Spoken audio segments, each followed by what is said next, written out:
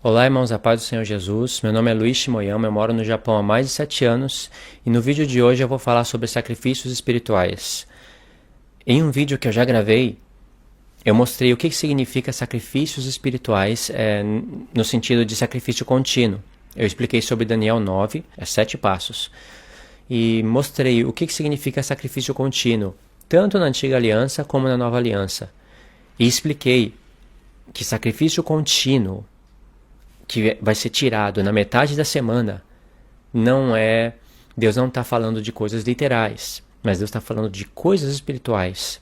E mostrei que é a besta que vai fazer cessar a pregação do Evangelho. Basicamente eu expliquei que sacrifício contínuo era realizado tardes e manhãs, e isso tem a ver com a menorá, tem a ver com o altar de ouro, e que na Nova Aliança, passando pelos salmos, pelas palavras dos profetas, pelas palavras do Espírito Santo, o Espírito Santo, através dos profetas, nos revelam que isso significa a pregação do Evangelho, nossa oração, pregação de Jesus Cristo, conversão dos irmãos. Mostrei tudo isso.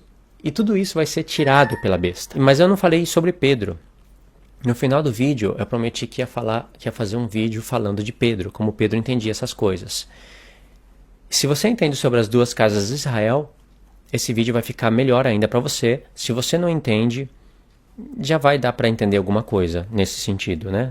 1 Pedro, capítulo 2, diz o seguinte: deixando, pois, toda malícia, todo engano, e fingimentos e invejas, e toda maledicência, desejai como meninos recém-nascidos o puro leite espiritual, a fim de que por ele possais crescerdes para a salvação. Se é que já provaste que o Senhor é bom, e chegando-vos para ele, pedra viva, rejeitada na verdade pelos homens, mas para com Deus eleita e preciosa, vós também, quais pedras vivas, da onde Pedro está tirando pedra viva, isso daqui é tudo dos profetas, sois edificados como casa espiritual, para serdes sacerdócio santo, a fim de oferecerdes sacrifícios espirituais aceitáveis a Deus por Jesus Cristo. Até aqui. Parece que não tem nada aqui nesse verso, né? Presta atenção. É um judeu da antiga aliança que passou a transição das alianças, estava na antiga aliança e ele vivenciou a troca das alianças nesse tempo. É um judeu falando isso. Vós também, escrevendo para os gentios, quais pedras vivas sois edificados, casa espiritual. 1. Para serdes sacerdócio santo. 2. A fim de oferecerdes sacrifícios espirituais. 3. Aceitáveis a Deus. Casa espiritual. 1. Sacerdócio santo. 2. Sacrifícios espirituais. 3. 3 palavras que tem na antiga aliança, que tem lá no livro da lei. Só que aqui Pedro acrescentou coisas reais, espirituais, que é a nova aliança. No verso 9, ainda Pedro fala: mas vós sois geração eleita e sacerdócio real, da realidade. Pedro aqui está fazendo um contraste com a sombra. Não é que os sacerdotes da antiga aliança eram falsos, que nem em Hebreus 8, o escritor de Hebreus fala que Jesus Cristo é ministro do verdadeiro tabernáculo que as mãos de Deus erigiu, e não os dos homens. Quando ele fala verdadeiro tabernáculo, não é que o da antiga aliança que Moisés fez era falso, mas quer dizer que era sombra. Esse é o sentido. Então aqui apareceu 4 coisas. Vamos contar. No verso 5 aparece 3, e no verso 9, 1. Casa espiritual, sacerdócio santo e sacrifícios espirituais. E no verso 9 aparece sacerdócio real. Tinha a casa de Deus na antiga aliança? Tinha, mas Pedro fala casa espiritual. Nessa casa de Deus não eram oferecidos sacrifícios, tardes e manhãs, como eu falei no vídeo anterior? Era, mas aqui Pedro fala sacrifícios espirituais. Esses sacrifícios espirituais são os mesmos sacrifícios da tarde e da manhã, só que agora na realidade, que é o levantar das mãos, como eu falei no vídeo passado, O levantar das mãos é como o sacrifício da tarde, mostrei através de versos. E a oração dos santos é o incenso. É interessante que na Nova Aliança, como eu já disse antes, vou repetir mais uma vez, na Nova Aliança, aquela menorá, né, que são 7 lâmpadas, Jesus pegou todo o povo de Deus e representou em 7 igrejas. E falou que é um mistério, o mistério das 7 igrejas. Ele explicou isso em Apocalipse 1. As 7 lâmpadas são as 7 igrejas. E as 7 lâmpadas que o sumo sacerdote tinha que, junto com seus filhos, tinha que manter elas acesas, isso faz parte do sacrifício da tarde e da manhã. E as 7 igrejas está falando dos santos. Que coisa interessantíssima, né? Ainda mais sabendo que são 7, para fazer alusão ao futuro. Mas aqui diz sacrifício espiritual e sacerdócio santo. Aí, a fim de que a gente ofereça sacrifícios agradáveis. Em algumas traduções está aceitáveis a Deus. E os sacrifícios aceitáveis a Deus são os frutos dos nossos lábios, como fala em Oséias 13. Deus vai receber das mãos de Israel sacrifícios, não boi, não carneiro, mas fruto dos lábios, que é sacrifício da tarde e da manhã. E aí Pedro fala, por isso, no verso 6, na Escritura se diz, eis que ponho em Sião uma principal pedra angular, eleita e preciosa. A quem nela crê não será confundido. Pegou um texto de Isaías. E assim para vós, os que credes, é preciosidade, mas para os descrentes, a pedra que os edificadores rejeitaram, esta foi posta como a principal pedra da esquina, e como uma pedra de tropeço e rocha de escândalo, para os que tropeçam na palavra, sendo desobedientes, para os que também foram destinados. Aqui os calvinistas fazem uma festa com esse verso. Foram destinados, Deus destinou pessoas que iriam ser santas, que iriam ser convertidas a Deus. Bastava Deus fazer assim, mas aí Deus destinou essas pessoas, talvez algumas delas podem ser familiares seus, para tropeçarem na palavra. Né? É assim que a mentalidade deles, né? Estúpida a mentalidade. Mas vós sois geração eleita. Pedro falando de eleição. Da onde? Você já parou para pensar? Eu nunca falei isso num vídeo meu. Você já parou para pensar da onde que eles tiraram? Pedro e Paulo, da onde que eles tiraram a palavra predestinação e eleição? Em que texto da Escritura? Você já viu algum calvinista fazendo uma conexão com o passado? Com as palavras dos profetas? Porque sacerdócio real... Como é que eu vou entender Pedro falando aqui de sacerdócio real, sacrifícios espirituais, casa espiritual? Da onde ele está tirando? Está inventando? Não está. Isso tem conexão com o livro da lei. A mesma coisa é a eleição aqui e a predestinação. Se você não sabe onde que tem isso no livro da lei, nos profetas, com certeza você vai interpretar isso aqui de maneira errada. Mas voltando no foco do vídeo, mas vós sois geração eleita e sacerdócio real, realidade, e nação santa e povo adquirido, para que anuncieis as grandezas daquele que vos chamou das trevas para a sua maravilhosa luz. Esse texto aqui, esse verso 9, foi retirado de Êxodo 19, quando Deus fala para Moisés, poxa, essa parte eu não vou explicar, tá? Só vou deixar aí no ar para você pegar isso depois. Moisés fala, se vocês ouvirem a minha voz e guardarem a minha aliança, todos vocês, não falou só para Levi, para os filhos de Arão, todos vocês me serão um reino de sacerdote. Mas a condição era que se eles ouvissem a voz de Deus e a aliança de Deus. Qual voz e qual aliança é essa? Logo no contexto, Deus fala para eles lavarem as suas vestes e se santificarem no primeiro e no segundo dia, porque no terceiro dia Deus desceria do céu e falaria a sua aliança, os seus mandamentos com a sua voz. Não foi através de Moisés isso. Esses 10 mandamentos teriam que parar no coração e na mente do povo.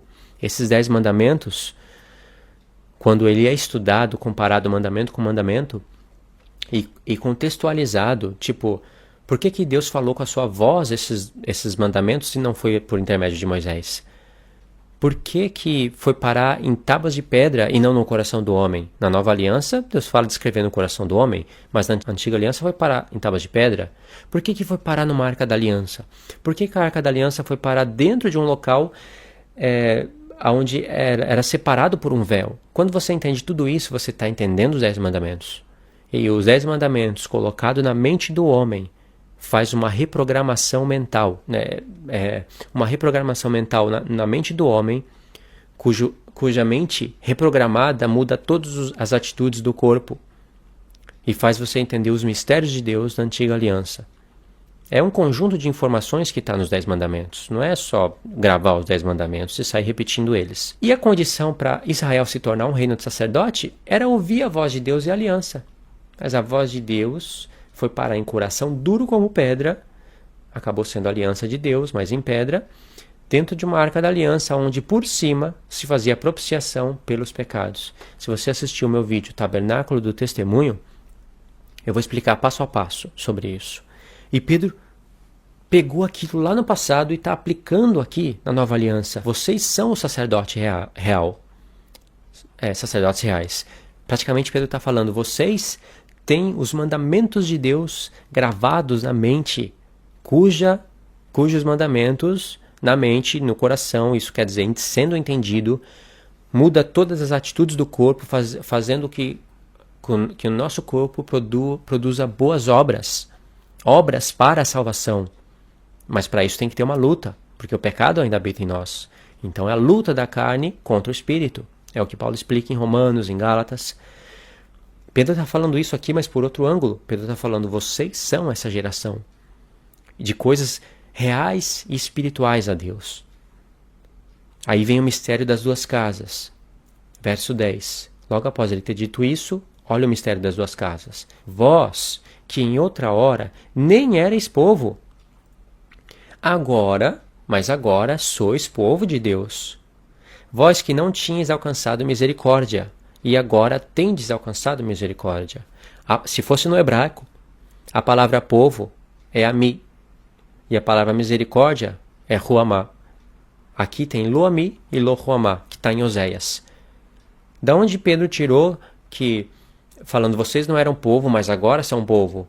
Vocês não tinham alcançado misericórdia, mas agora alcançaram misericórdia. De Oséias 1, onde está falando das duas casas de Israel, sendo a casa de Israel as 10 tribos, que foram rejeitadas por Deus e chamadas futuramente para ir entrar os gentios, junto com a casa de Judá, para se formarem o reino de Deus. Se você não está entendendo isso que eu estou falando, com certeza você não entende 80% das epístolas de Paulo. Mas se você entendeu isso que eu estou falando, saiba que o seu entendimento agrada a Deus. Profecias são desbloqueadas para você, se você entende isso. Logo após Paulo ter falado esse mistério das duas casas, olha que riqueza que Pedro escreve isso e com que riqueza a gente pode ler isso. Amados, exorto-vos como a peregrinos e forasteiros, que vos abstenhais das concupiscências da carne, as quais combatem contra a alma, tendo o vosso procedimento correto entre os gentios, para que naquilo em que fala mal de vós, como de malfeitores, observando as vossas boas obras, não falou observando a vossa fé, poderia ter falado observado a vossa fé, mas fé sem obras é fé morta.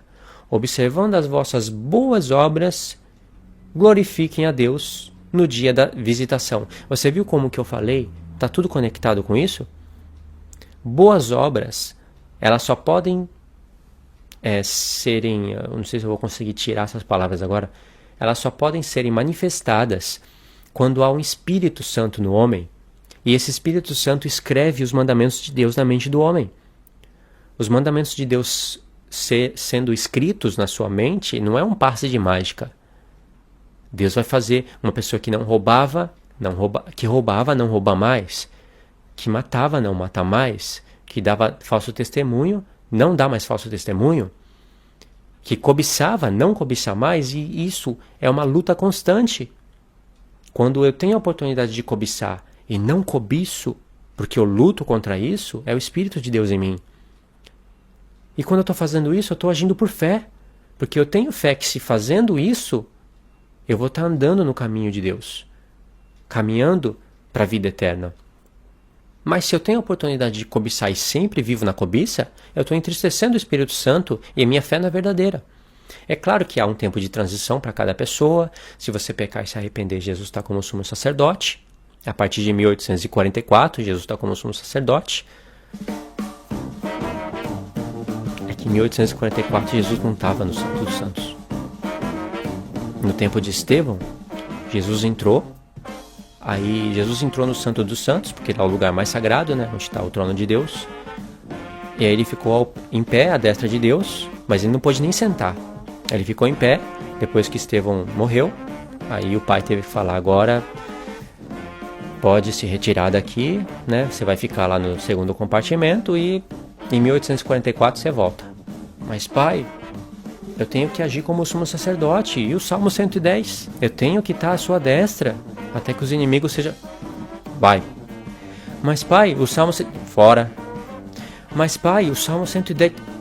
1844, você volta. Aí é que eu tenho que falar isso, porque...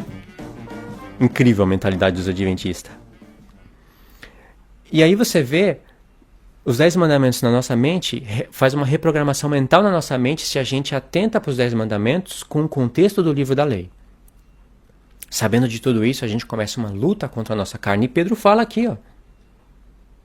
Tendo o vosso procedimento, ou um pouquinho antes, amado, exorto-vos como a peregrinos e forasteiros, que Pedro sabe que nós vamos alcançar uma Jerusalém celestial, que vos abstenhais das concupiscências da carne, já que uma vez que o Espírito Santo está na gente. Ele tirou o verso de Êxodo 19, lembra que ele extraiu a revelação de Êxodo 19? As quais combatem contra a alma, tendo o vosso procedimento correto dentre os gentios. Mas Pedro não escreveu para os gentios?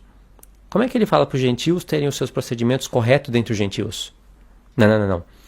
Pedro escreveu para pessoas que eram das nações, mas que entrando na aliança eterna, fazem parte do Israel de Deus unificado, Efraim e Judá juntos, que é o tabernáculo de Davi que se levantou das suas ruínas, formando o Israel de Deus. Agora sim, fazendo parte dessa aliança eterna, você que era pagão, idólatra, fazendo parte das nações, sendo enxertado em Israel, você não é mais gentil. Você era gentil. Os gentios agora são as nações, as quais nós somos chamados para falar as grandezas de Deus para eles crerem e virem para o verdadeiro Israel de Deus, para fazerem parte do sacerdócio real. Entendeu? Então, toda essa riqueza está aqui, sempre teve aqui. Se a gente não enxergou tudo isso, foi porque a gente não dava atenção devida ao livro da lei, às promessas de Deus feitas a Abraão, Isaac e Jacó, a história de Israel. Foi por isso que a gente não entende isso daqui. E tem muito mais. O foco desse vídeo foi falar de sacrifícios espirituais. Mas eu aproveitei e falei das 2 casas de Israel, toquei na predestinação dos calvinistas e falei dos adventistas. Mas o foco é falar dos sacrifícios espirituais. E se você quer entender mais sobre esse assunto aqui, eu vou deixar o link na descrição. O link desse vídeo também fala de sacrifícios espirituais, fala diretamente de Daniel 9. Eu mostro o que vai ser tirado na metade da semana, mostro a realidade dessas coisas. E aí você vai ter uma gama de material para estudar durante meses. As suas dúvidas vocês podem deixar nos comentários. Se você é adventista, sei que você vai deixar o comentário desagradável, não tem problema, mas você não vai conseguir desfazer isso que eu falei. Se você é calvinista também, desculpa, mas eu sei que você não está entendendo nada do que eu estou falando. É grego isso daqui para você. Mas pode deixar aí os comentários. Sejam educados nos comentários, né? Porque calvinista é mal educado em alto nível.